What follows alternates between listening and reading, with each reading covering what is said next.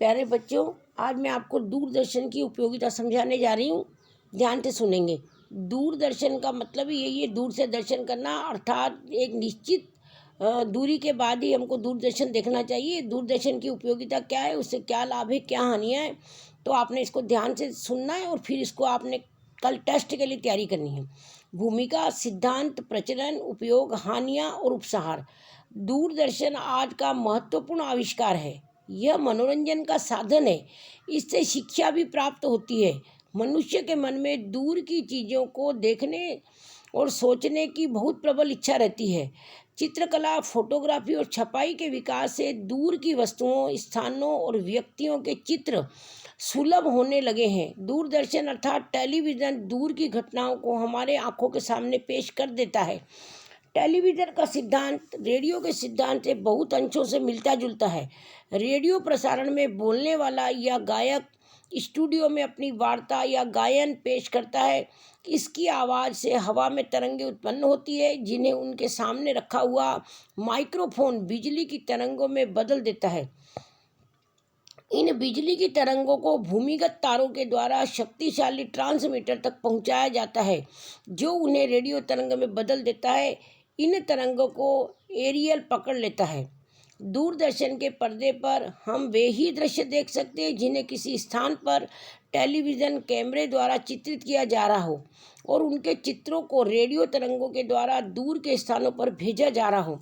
इसके लिए दूरदर्शन के विशेष स्टूडियो बनाए जाते हैं, जहाँ गाने वाला गायक, नर्तक आदि अपना कार्यक्रम प्रस्तुत करते हैं।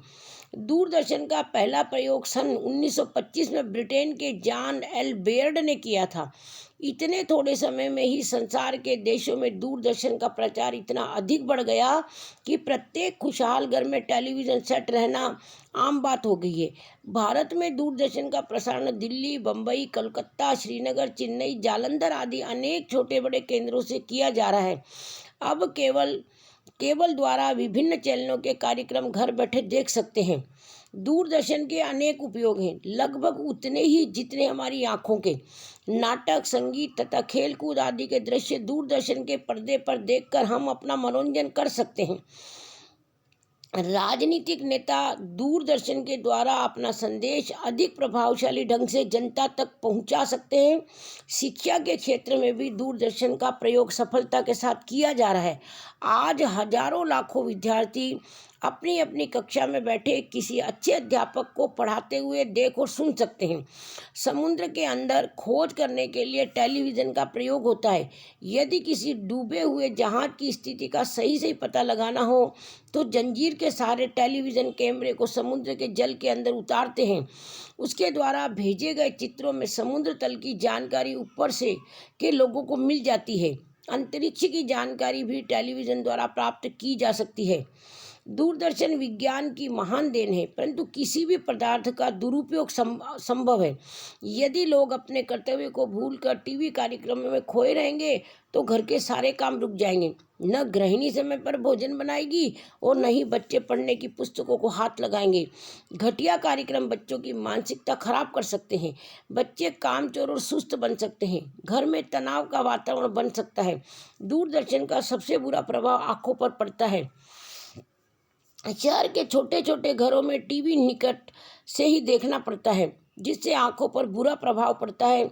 साथ ही बिजली का खर्चा तो बढ़ता ही है। दूरदर्शन के लाभों को देखते हुए कहा जा सकता है कि दूरदर्शन विज्ञान का अमूल्य उपहार है और आज के युग का एक बहुत ही महत्वपूर्ण दिल बहलाव का साधन है। इसका उपयोग देश की प्रगति के लिए किया जाना चाहिए।